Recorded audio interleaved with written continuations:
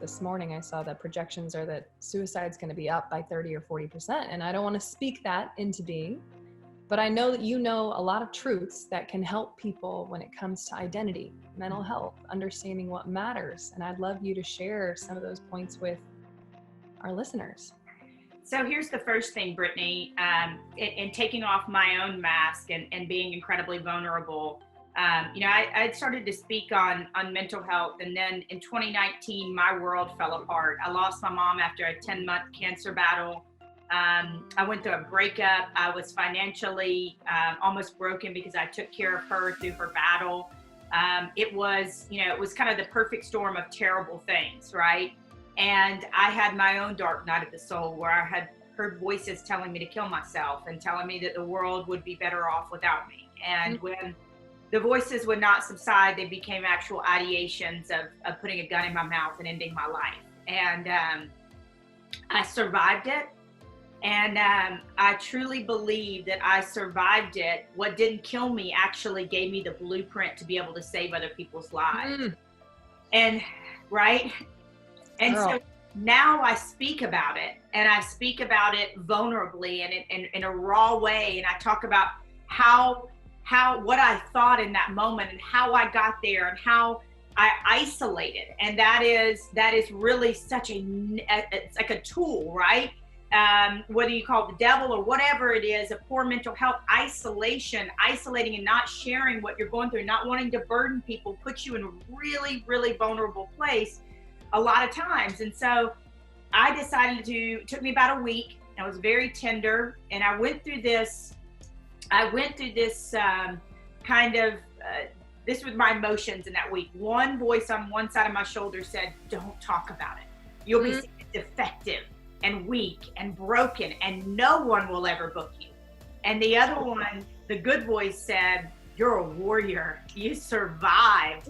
You tell people what you went through, and let's start talking about how not to get there. Let's talk about self-care. Let's talk about reaching out for help. Let's break the stigma around mental health and say, when you reach out, you've actually never been as strong as when you reach out and say, I can't do this alone.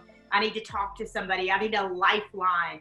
And so it's been incredible, the movement that I've seen and the change that I've seen, the lives we've seen change. But to your point about suicide right now more than ever, as friends, as coworkers, we've got to reach out to people. Now more than ever, we've got to continue the message that the strength comes from asking for help. The strength comes from taking off the mask. The strength comes from saying, as simple as sometimes I don't have the tools in my toolbox to be able to handle this. Right. It's new normal. I don't have the tools in my toolbox. I got a family, my job went away, this happened, this changed, there goes my savings. I don't have the tools in my toolbox to be able to handle this. What do I need to do? No one's expecting you to solve all the problems today, but take one tiny step towards asking for help. Yes, I think it's even more than that. So it's the key is in taking that one tiny step.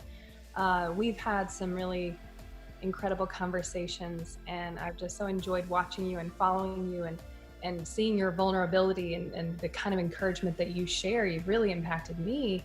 And in my personal journey, and most people don't know this, 2017 was the worst year of my life.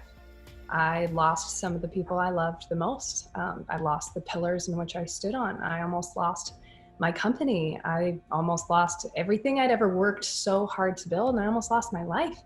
I didn't want to live. I'd wake up shaking, throw up for X amount. It was so stressful. And when you're in that dark place, it's interesting how isolation is the first thing, and the kind of lies that you do believe. Yes. And the best advice I think I got, besides finding Jesus, of course, was taking one tiny step. Stop trying to plan your whole world and having it perfect. Stop trying to think you have to have it all figured out. It's hard as a leader when a lot of people really depend on you and they need answers and they're really pressuring you. But to focus on, I don't have to conquer the world. I just have to get out of bed. I don't have to conquer the world. I just have to brush my teeth. I don't have to conquer the world. I just have to make breakfast. I have to actually eat it. I don't have a comfortable, so taking those little steps and then feeding your mind. I mean, that's why we're doing these interviews. It was YouTube videos. It was podcasts. It was listening to how other people have overcome things, that I rebuilt the positive voices in my life. And I learned to stand on who God told me I was.